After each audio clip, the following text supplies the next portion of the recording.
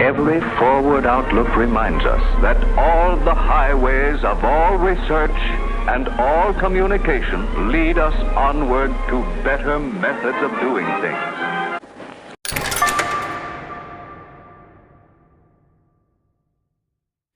Hello, everyone, and welcome to the Decrypting Crypto podcast. I'm Austin Knight, and I'm joined by my co-host, Matthew Howes-Barbie. Hey, Austin. Hey, everyone.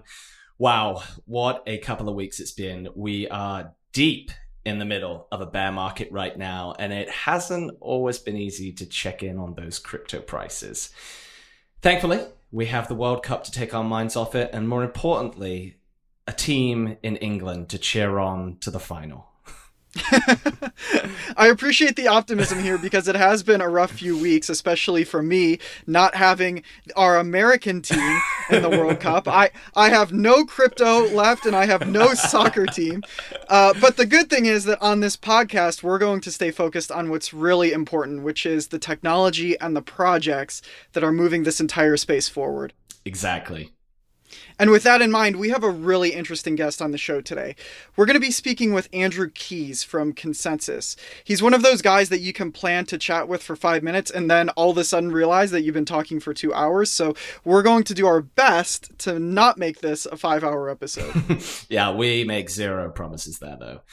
And before we get into things, we do have a pretty cool announcement to make. We have just partnered up with Castbox, which is one of the fastest growing podcast apps on Android and iOS, so that we can become a Castbox original show. What does this mean? Well, it means as a listener, we're going to have more resources behind us to bring you even better guests, more episodes, and higher quality audio. But at the same time, and more importantly, in amongst all of this, we're going to be maintaining our stance of bias-free, hype-free information on all of the blockchain space. So in other words, don't worry, we're not going to suddenly start promoting a load of sketchy ICOs. Yeah, except for our sketchy ICOs. So you have to go buy our tokens, right? That has always been our evil plan. But in all seriousness, that has not been our evil plan. Just as a disclaimer here, we can assure you as a listener that we will not be straying away from the core values that we put in place when we first launched the podcast. So it's also worth pointing out that with the Castbox partnership, we'll still be able to listen to the show through all of the major podcasting platforms. But if you haven't already, you can download the Castbox app for completely free on Android, iOS, and if you have an Echo, you can download it for your Amazon Echo device. So, announcements to one side. Austin, what are we going to be speaking to Andrew about today? Yeah, this is a pretty cool episode. I'm excited to get into it. We're going to be digging into what the future of the blockchain space could move toward, especially over the next 5 to 10 years. So what that means is that we'll be talking about the new jobs that blockchain technology will open up and the existing ones that it might disrupt. Perhaps a little bit of a painful conversation there, as well as the tokenization of assets and why Andrew believes that smart contracts are going to fundamentally change the world. Wow, I am pumped. Should we get going? Let's do it. Andrew, welcome to the Decrypting Crypto podcast. It's an absolute pleasure to have you here. Well, thank you very much, Matt and Austin. It is my pleasure to be here. Why don't you start off by giving our listeners an overview of who you are and how you got involved in the crypto space? Sure. So, long story short, I'm a recovering investment banker, and I worked at kind of the intersection of finance and technology. But what really actually drove me into the crypto space was about 7 or 8 years ago, I started a company that dealt in the electronic medical record database field. So basically, we gave away free software to hospitals and medical practices that we as a company would process their insurance claims. And while that sounds wildly boring, what it actually... It didn't sound boring at all, Andrew. Okay, well, I learned everything that was wrong with legacy database systems and payment systems. And at the same time, Bitcoin happened.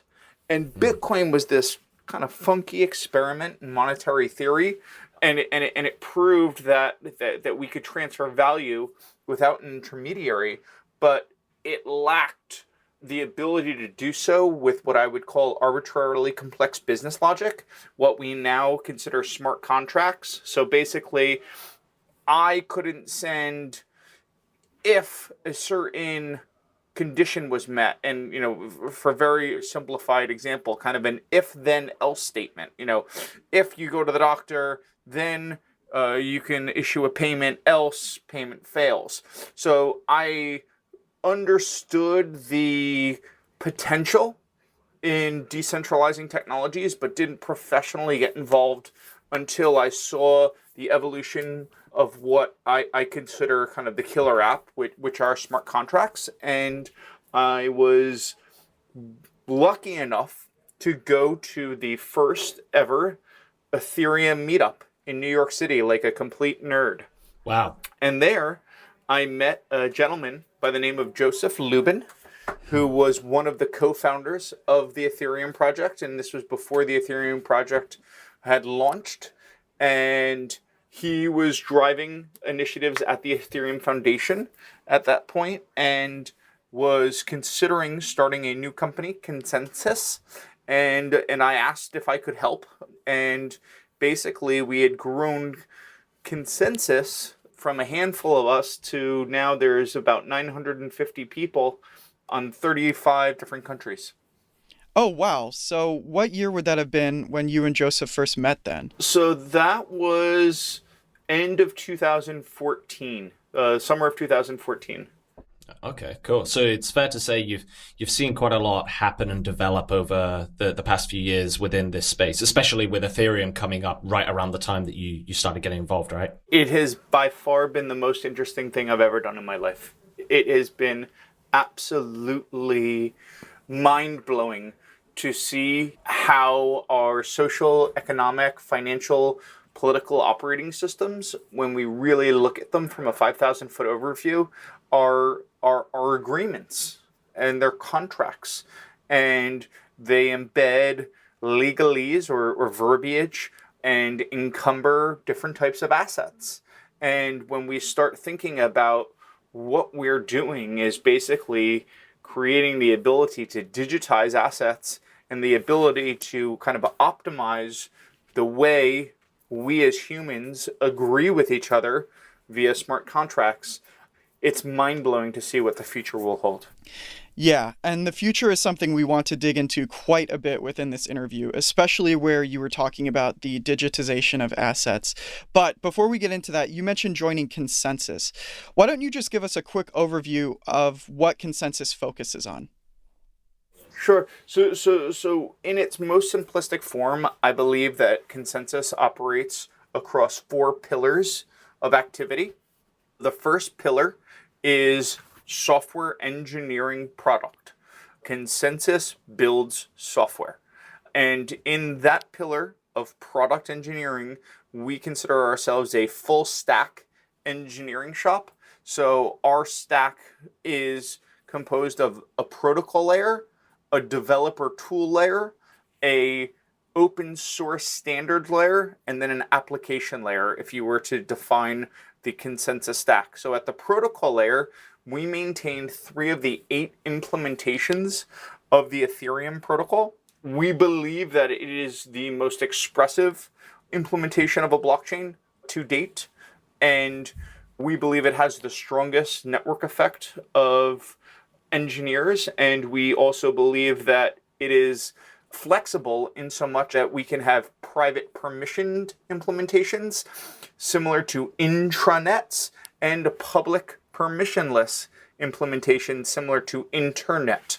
So when you hear about kind of some of the debate on should a use case be in a private blockchain versus a public blockchain, Ethereum is really the only one that has A, smart contract functionality, and B, the potential to be in private or in a permissionless public standard. So above that protocol layer, we have developer tools. So it may, for the engineers, they have to build actual software, and we create developer tools to make that building easier. So the most downloaded interactive developer environment that's used to create smart contracts is called Truffle. It's an open source gift to the world that we've created.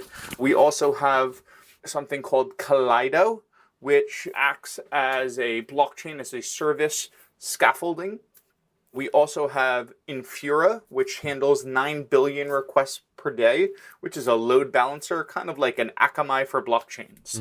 Above the developer tools, we have open source standards. So things like a token standard. We've all heard about the ERC20 token standard. When we digitize assets, they use this specific standard.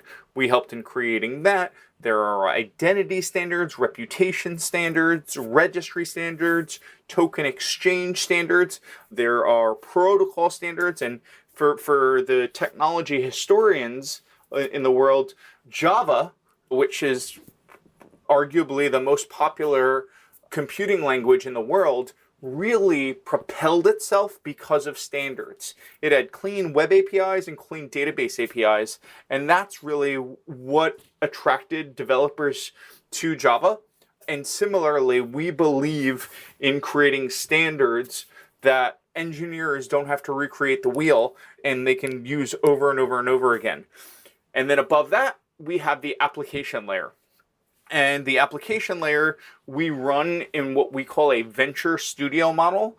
So there are other venture studios that are famous, like BetaWorks or Techstars or 500 Startups. And they basically benefit from economies of scale and economies of scope. So basically, we can incubate an idea into a project, into a product, into its own separate company that could actually spin out of ConsenSys. And the entrepreneurs could benefit from our marketing, our legal, our accounting, our health insurance, and also from learning from the other projects and creating essentially an operating system, if you will. So that was a very long-winded and I'll get shorter example of our first pillar of product. Our second pillar, to go a bit quicker, is enterprise and government consulting. Our clients include Microsoft, JP Morgan, Santander, British Petroleum, Procter & Gamble, the Emirate of Dubai, the Monetary Authority of Singapore, where we educate businesses and governments on what distributed ledger technology is and help them elucidate use cases and scale them from proofs of concepts into production environments. Third is our education arm named ConsenSys Academy, where we create curriculum to teach engineers, project managers, MBAs, lawyers about what is the blockchain, how to create actual software with respect to this new computing language. So the most popular computing language for Ethereum is called Solidity. So we have different classes on Solidity, and we can have it applied to things like law. So, what is a smart contract, and is a smart contract legally binding? And we've created kind of continuing legal education for universities and law firms as an example. And then lastly is capital. And basically capital is our constellation of financial services. And that ranges anywhere from some of our exchanges that we've helped create, like AirSwap or Omega One or Leapit, to custody solutions for custodying these new digital assets. Our custody solutions called Trustology, to our venture arm where we do venture investments, to our token issuance arm named Token Foundry, to our asset management arm that we are developing now, where we'll actually be able to create investments in time. It's a whole lot of arms that you got going on. It's a lot. It's a big, confusing, interesting whirlwind. Is it fair to say, Andrew, then, to simplify this down, the ConsenSys is really focused on kind of the enablement of development within the Ethereum platform and the facilitation of the kind of widespread use of the Ethereum kind of blockchain and application layer above it? So I think that is fair. I think that, one thing that we typically are thought of as an Ethereum shop. And I think that pragmatically, if we saw better blockchain solutions or better distributed ledger technology than Ethereum, we could and would pivot. We haven't seen anything better, and we think that there's such a strong network effect going on right now. So we do permeate that technology. That being said, I think that Ethereum is actually one aspect of really what we're trying to create, which is the decentralized World Wide Web. So there are other aspects to that stack. So Ethereum you could consider as kind of the business logic smart contract layer. Then I think we need to talk about things like decentralized file storage. So a lot of our engineers use the Interplanetary File System, or IPFS. Some are using Swarm. While that's kind of in its infancy, I think that there's also decentralized peer-to-peer messaging. So obviously there's kind of the Signals, the Telegrams of the world. I think one that's very interesting is based out of London, which is an open source protocol named Matrix, which Status, which is a messaging application invested in, which we are following pretty closely. I think that there also has to be mesh networking. So I think that Ethereum is one aspect of really what we're going for, which is a decentralized World Wide Web that we believe will help smoothen out the Gini coefficient of planet Earth, because we think that right now you have 83 human beings that have the same net worth as the bottom 3.5 billion human beings in the world. If there are 7 billion people, 83 people have the same wealth as 3.5. And I'd argue that many of those people represent or own companies that get paid for providing thin layers of trust and intermediation. And that's what this technology essentially commoditizes. It commoditizes our agreements. It commoditizes the need for trust and intermediation. And that's what's exciting to me.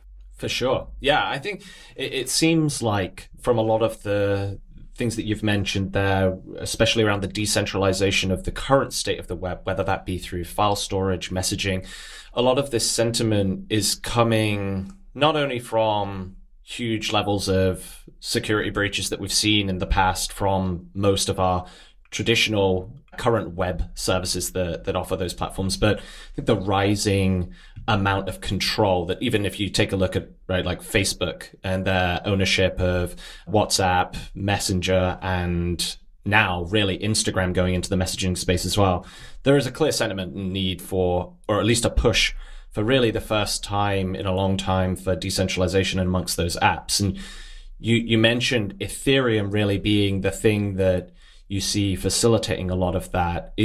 Are you of the view right now that Ethereum is kind of the one and only? I feel like Bitcoin is obviously very different from Ethereum, but... So I would say that Ethereum, by far, in my opinion, is the most expressive and strongest smart contract business logic layer to the stack. So I think that you could talk about competition in terms of things like IBM's Fabric or R3's Corda.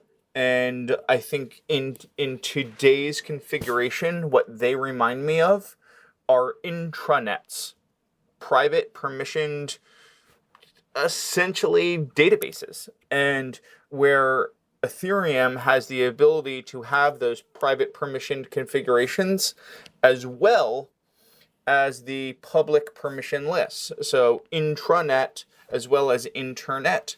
And more importantly, Ethereum has a crypto economic incentive behind it where thousands of engineers have a few Ether and are incentivized to potentially use it. That being said, there are definitely new business logic, smart contract layer blockchains being created. One of recent is EOS. I think that EOS speaks for itself in its trilemma. Basically, you're solving for scalability, security, and decentralization. And I think that Ethereum will be hyper scalable within a year, but in its present configuration, it is not as scalable. But what it is it's decentralized.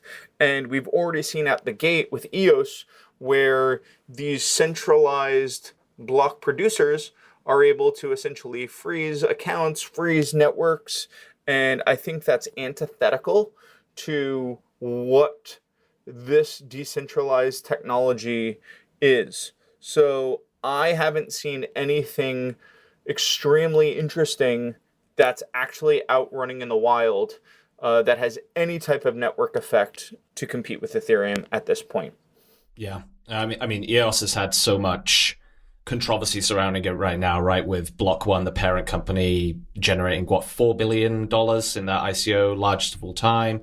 I think they went live, and yeah, they've had a lot of controversy around the freezing of accounts, questions around, is it actually truly decentralized? And we're seeing more and more of this around the ICO space, which could almost be argued that with Ethereum and the ERC20 token standard, right? It's almost what saw the huge spike in ICOs happening. How do you feel about the current state of fundraising in the space through ICOs? So, to be completely honest, I believe that planet Earth has had a little bit of token fever and is starting to rationalize a bit. I think what we did last year is we saw, one of the first of many killer apps to come, which was essentially the decentralization of venture capital. Traditionally, there has been about 10 to 20 players in a small area of Sand Hill Road in Menlo Park in Palo Alto, California. Obviously, there's some in London and some in New York, and the world is round, but you could say, overall, you could look at, the top 100 VCs, and, 75% of them are within, 10 square miles in New York, London, and Northern California. And those were like gatekeepers. And what we've seen was we, as a society, created a mechanism whereby those gatekeepers weren't necessary, and the companies went peer-to-peer, where they actually created a behavioral economic incentive for the users of their application to invest and purchase tokens. And I think that was great that we didn't need those middlemen of the venture capitalists. And I think that we essentially took a bit of fat out of the system. That being said, we are still in a gray area. We are still in a wild west. We are still in a learning stage of what the tokenization of assets are. So you can tokenize equity in a company, and that probably should be a registered security, right, versus tokenizing a software license or a utility in a network. And that may not have to be a security. And I think that ConsenSys has tried to create best practices around defining what the difference between a security token is versus a consumer utility token, and creating best practices around ensuring that the people that are acquiring these tokens understand what they are acquiring. Because I do think, very similar to from 1996 to 2006, 85% of .coms went to zero. And at the application layer, we're witnessing, the internet evolve from this internet of communication to this internet of assets, where we're actually going to be able to move assets as easily as we send emails. And all that being well and good, at the application layer, I do think that 85% of these applications will similarly fail. And I think it's important to note the consumer protections that are needed involved with these tokens. And I think that people need to know if they're buying a security that, they expect to appreciate, versus if they're buying something like an electron that they could use to potentially heat their house, because now you can tokenize anything. So I think that there's still a lot of regulatory compliance that needs to occur, but I think that we are seeing best practices emerge in the ecosystem. Yeah, and I think regulation in particular is something that's almost become a dirty word within the crypto space. And I'm personally of the opinion that regulation is there ultimately in its purest form. Okay, let's take away the motives behind certain regulation that can be put in place, but largely to protect investors, right? And when we're seeing this dynamic shift from having to be an accredited investor, for example, in the US to invest in a security, or largely the burden of investment being taken on by traditional venture capital firms, like this now comes to the end person, right? Like gets to Main Street. Yeah, and what we're seeing is like consumers ultimately taking on huge amounts of risk. And I think last year we had a fever now, and almost ironically, we're now seeing a lot of the traditional venture capital firms. I think Andreessen Horowitz just announced that they're launching their crypto arm, coming into the space for venture, but it almost seemed to me like last year, people were very quick to criticize regulation. But like you say, there's going to be a lot of people that will lose a hell of a lot of money. And these aren't people that are necessarily in a position where they have wealth that's been verified to fall back on. Amen. Yeah, I think you're completely right. And I also think that in order for the big boys and girls, the actual institutions to be involved in this space, there has to be regulation. So I think it's a necessary aspect of growth. Some people may not like it as much as kind of the volatility of the Wild West, but I think as this industry matures and as it becomes really part of the fabric of everyday societal, economic, political, and financial operating systems, there has to be regulation. And I think that what we're seeing is a balanced approach where regulators are learning. You know, the Bank of England has a sandbox, the CFTC has a sandbox, the Hong Kong Monetary Authority and the SEC have sandboxes all in these different jurisdictions to really wrap their heads around what this technology's implications are. And I think that that's really encouraging, because on the other side is no country wants to lose the next generation of the internet.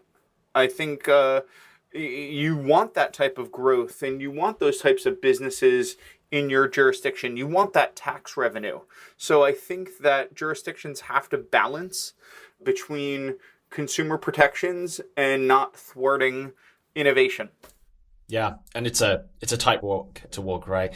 I want to touch on one of the pieces that you glazed over there in amongst some of that, and that was around tokenization. So I listened to you talk at South by Southwest earlier on this year, and I found the talk really, really interesting. It was all focused around moving towards a place where everything is tokenized. And in particular, I remember something along the lines of where you said that we would see land, property, stocks, bonds, all the way through to even milk and eggs being tokenized. Could you explain to our listeners what exactly you mean by that and its impact on the world? Sure. So I think that there's really three fundamental upgrades that we're going to see to our internet. The first one, as you rightly said, is the tokenization or the digitization of assets. With these next generation distributed ledgers and blockchains or databases or internet structures, you can kind of look at a blockchain as the next generation of the database. One key aspect is that we're able to stop what's called the double spend. So if I were to send you an email, it would be okay for me to send a CC of that email to Austin because we're just communicating with each other. If I were to send you money, it would not be good for me to send that same money at the same time to Austin. And that was really the seminal learning from Satoshi Nakamoto's white paper, Stopping the Double Spend. And how that was done was the establishment through public and private key pairings of the creation of digital tokens. And those digital tokens being completely unique and in many cases fungible, meaning like interoperable. And what I believe we are starting to see is the digitization of all assets. And what we have now, and we somewhat take it for granted, is that our assets are typically held by some type of third party. If it's a stock, we typically have a custodian. State Street or Bank of New York is famous for being a custodial bank. Or we have the Depository Trust and Clearing Corporation that basically clears and settles if somebody sells a stock from counterparty A to counterparty B. Or if we have a house, we have a escrow agent that while the money is clearing from counterparty A to B, we have this document, this paper deed, where we represent the ownership of that asset. Or if we have a supply chain, we can show the asset's provenance, so the chain of custody or the authenticity of the asset. What we're seeing in the future is rather than those third parties, we're going to be able to have these distributed ledgers that can maintain the chain of custody, the authenticity, and the abundance of any asset. And with token standards like the ERC20 token standard, we can create a token, and that token can represent anything from an electron in a solar panel to maybe a QR code that's around the neck of livestock, to a British pound or a Singaporean dollar. And as we evolve to these digital forms of asset ownership and recording that don't need third parties to verify the ownership, because we can show them across these digital ledgers, we create the thawing of liquidity, which I think is really the golden era that our world is about to go into. You can take a building and you could imagine the ownership of the building being 100 digital tokens.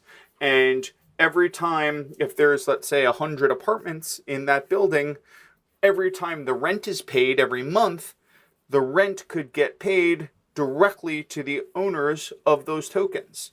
And then more interestingly, if 100 people owned that building, if one person wanted to sell 1/100th, there could be a secondary market for that token. And you could change the custody, and you could prove the provenance, so the chain of custody, who owned it beforehand, and you could prove the income per token. That creates a new form of liquidity and creates a faster velocity of money. This is the piece of tokenization that I find most fascinating, is around the ability to take what is ultimately a non-liquid asset, something like land, property, and create liquidity where it didn't exist. And I think like one of these pieces in particular, alongside like being able to trace like the origins, verify ownership, but like this isn't actually necessarily a new concept. We've seen this all the way from like the days of barter, right? You wanted to trade rice for meat. You needed to, if you had rice, you had to find someone who needed rice, but also swapped for meat. And then currency came in and everybody needed money. So immediately you could create liquidity and trading coins instead of actual assets. And now we're seeing a similar thing, but on a whole new scale where, like what you say, with if it's equity in a business, right, which you could trade for a private business on a secondary market right now, it's a non-liquid asset. Tokenized immediately becomes liquid. It can facilitate trade. And like what you were mentioning with property, right, it's divisibility as well. You can immediately divide up an asset that traditionally wouldn't necessarily be easy to divide up. I find that particularly fascinating with all of this space. I completely agree. I think the challenge is going to be regulating a lot of this stuff. Oh yeah, it's a whole new world, and the problem is that the regulators, many of them don't know computer science. They are Microsoft Word document kind of guys and gals, not JavaScript or Solidity guys and gals. So there is a huge learning gap because all of the younger people that understand this are trying to either build businesses or build software rather than necessarily build regulation. So I think there is going to be a bit of a learning curve. Yeah, it seems like that's a big talking point in the legal space in particular, where I've heard a lot of talk around this, particularly relevant for smart contracts on Ethereum. Is like Ethereum and smart contracts are going to get rid of the need for lawyers, which I don't know is necessarily true because someone still needs to write those smart contracts. But do you see there being almost whole new, not only like ecosystems, but skills that are going to be required for people in some of these fields where they're going to need to be this kind of pseudo developer / legal professional and real estate agent, etc.? Absolutely. Absolutely. I think the intersection of kind of Juris Doctorate and computer science will be the most sought after professional credential in the entrepreneurship and business world for the next 10 years. If people understand how agreements and how computer science work, I feel like they will be head above their competitors within a space. Super interesting. I'm really excited to see how some of these spaces develop and the new roles that come up within them. One final question, and this is something we ask most of our guests that come on the show. What do you see as being the biggest adoption hurdles for cryptocurrency over the coming 5 years? And do you have any thoughts on how we might solve them? Sure. So 2018 in blockchain years, in my opinion, is the equivalent of 1994 when dial-up internet started in 1996. I think there are 4 main hurdles that we have to overcome to really propel this ecosystem. The first, we've already touched on it, it's regulatory and engineering education. We have to teach the regulators what this technology does. We have to teach the engineers how this technology works. Second is standards. As I touched on before, Java became J2EE, Java 2 Enterprise Edition, when it had clean web APIs and clean database APIs, and engineers from India to the United Kingdom to San Francisco all could use the same common standards. And similarly, we need to create many different standards for everywhere from how protocols work to how tokens work, to how token wallets work and exchanges work, and how identity as a standard works. Next, we have to have scalability. Right now, what we're sacrificing for this new ability of trustlessness is scalability. So you could have a system where it's owned by a centralized authority that could provide the trust, and that could be maybe American Express, and that company will do 30,000 transactions per second and charge 2% or 3% to be a trusted payment provider. Or you could have the ability to do a peer-to-peer transfer of value, achieve the same payment, but you could do it trustlessly. And today, these new trust machines called blockchains are limited in their scalability. So we saw with EOS that they gave up the notion of decentralization in order to have a higher transactional throughput. I don't think that's the right move. I think that Ethereum, for example, is implementing multiple different versions of scalability. So the first one are what are called state channels. An example of a state channel is if I took you to the pub and I first off gave the bartender my credit card. And then I bought us each a round of drinks, and I bought us each an appetizer, bought us each a lunch, and bought us each a dessert. Each one of those rounds, if you will, could be batched off-chain, and then when I close the tab, that would be closed back on-chain. So basically, the opening and the closing of the tab is on-chain, and you can have thousands of microtransactions off-chain.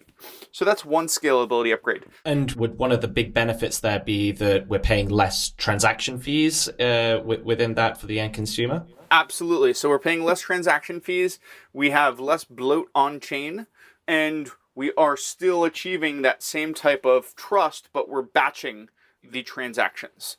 So another one is what's called sharding, where instead of every node of the blockchain having to form consensus or to agree on the state of the database, only a shard or a small percentage would have to come to agreement. So that will increase transactional throughput. Another is the transition from proof of work, which involves mining, to proof of stake, which is a depository process where you can essentially stake assets and be a benevolent actor to validate transactions in the system. And then lastly is a solution that was created by Joseph Poon and Vitalik Buterin. Joseph Poon created the Lightning Network for Bitcoin, and that's called Plasma.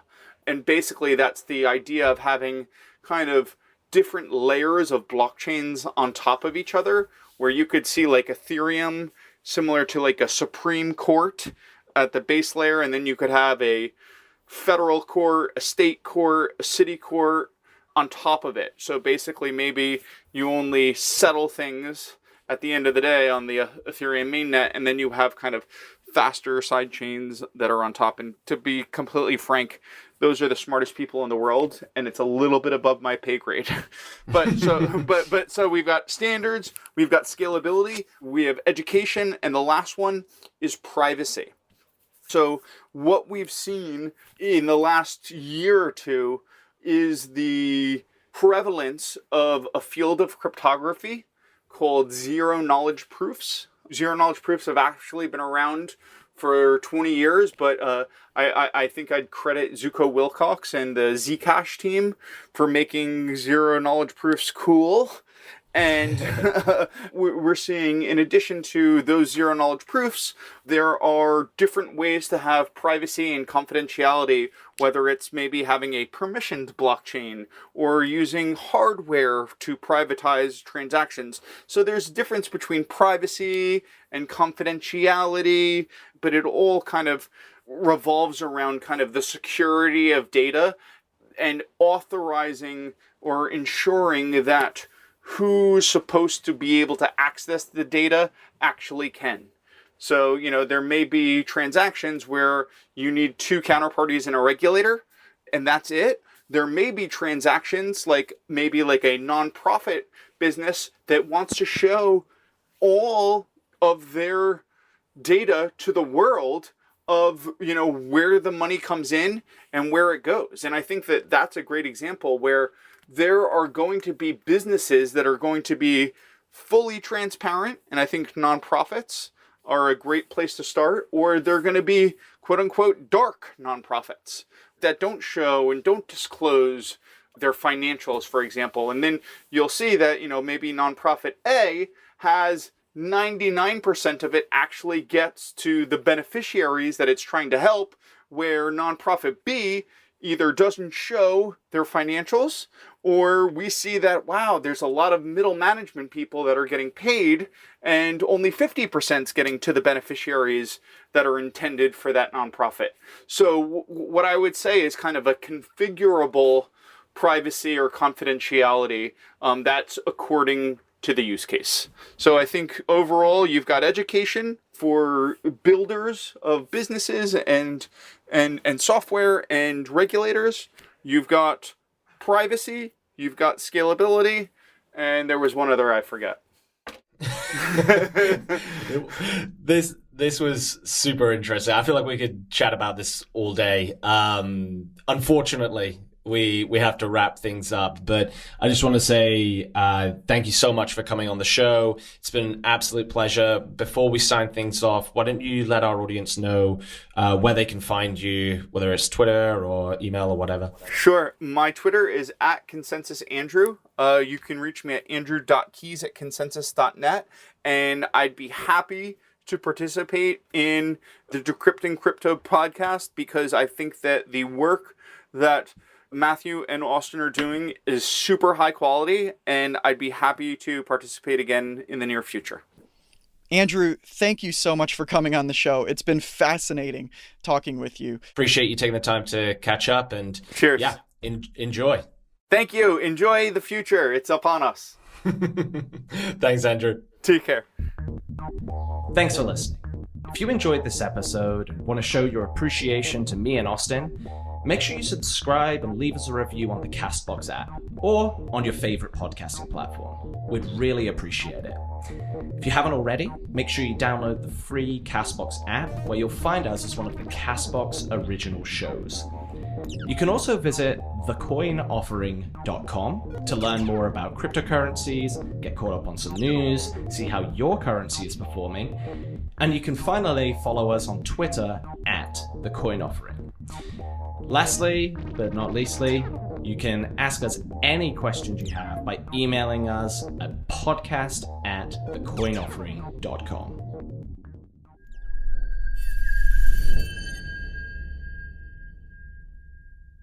The Decrypting Crypto podcast is a CastBox original show, and its content should not be used and are not intended as investment advice. Please do your own due diligence before making any investment, cryptocurrency or otherwise.